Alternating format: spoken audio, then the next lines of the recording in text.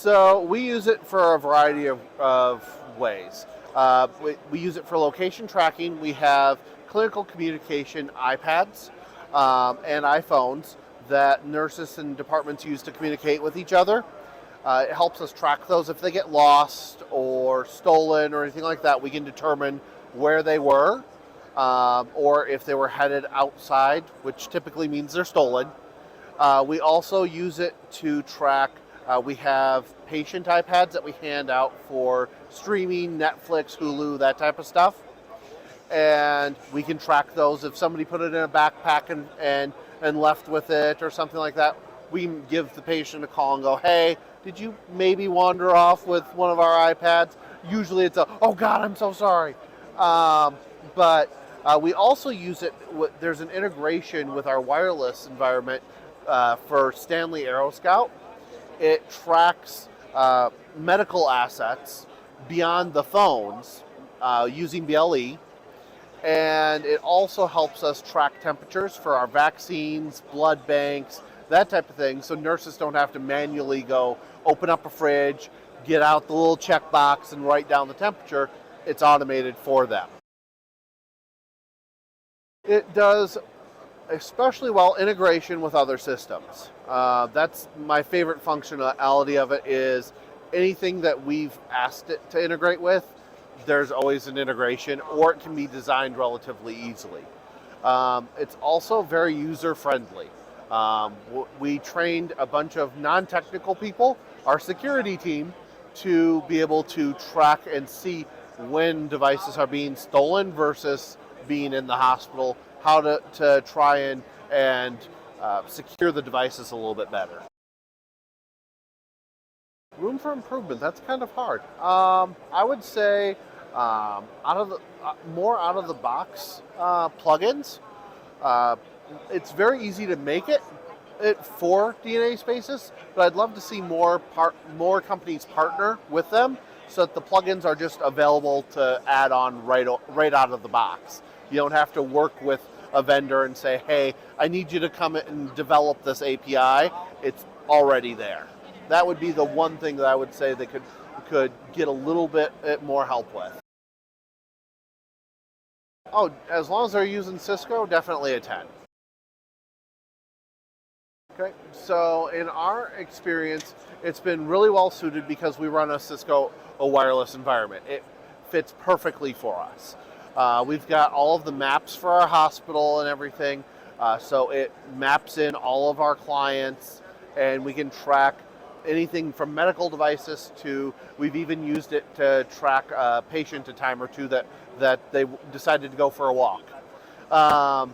And with that, and so especially well in that environment, an area that it wouldn't be well in is an area that doesn't have Cisco wireless deployed.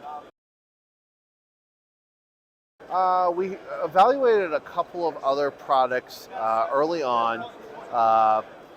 There was a product from Air Magnet that we looked at that was all right. It didn't meet all of our needs. We also looked at some other mapping tools from AirCraze. None of them really checked all the boxes that we were looking for the way DNA Spaces did.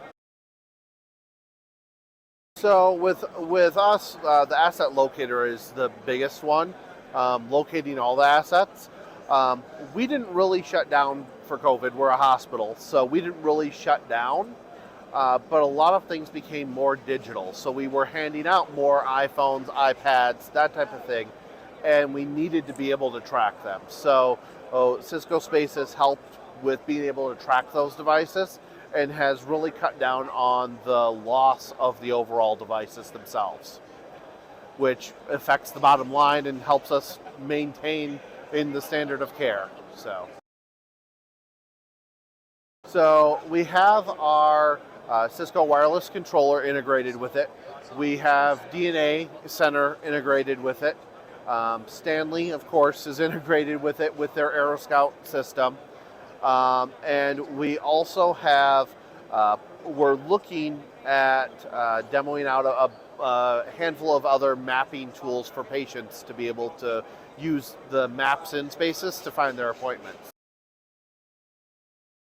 Our organization has benefited from it with being able to locate medical devices quicker, which helps our clinical engineering team maintain the devices a lot more efficiently. They aren't spending most of their time looking around for the end devices. They're spending their time doing patches, cleaning, updating the hardware, so on and so forth. And then, of course, like I mentioned previously, holding on to the iPads and iPhones and stuff, making sure that, if they get lost, we can go locate them. We found a couple in elevator bays before. So in our environment, it helps with nursing behavior. We never realized how likely they lost things before because it wasn't as widely reported. When we got a tool that all they had to do was call in and put in a ticket and say, "Hey, I lost my phone," and we were able to locate it and go, and within a day they had their phone back. It made it a lot simpler for them to just say, "Hey, I lost this, and please help," which helps the nursing staff overall. With the patients, I don't think we ever really noticed how often things were walking out the door, and it doesn't necessarily allow us to track outside of our org, but it lets us know when there is devices that have left our org, so we can at least report them as lost or stolen. So in our org, the usage is more when we see a bunch of iPhones that are all bundled together. It gives us kind of an idea of where to find all of the nurses or a nurse's station, that type of thing. Or if we are noticing wireless tickets and complaints increasing, we can pull up Spaces and go, well, yeah, that's going to increase. You've got 60 iPhones underneath one AP. Gives us some troubleshooting tools in the network world to be able to explain to them in real world terms why they're having the experience they are, and potentially give us possible solutions for the future. Oh yeah, definitely. Yes, definitely. Yes, it did.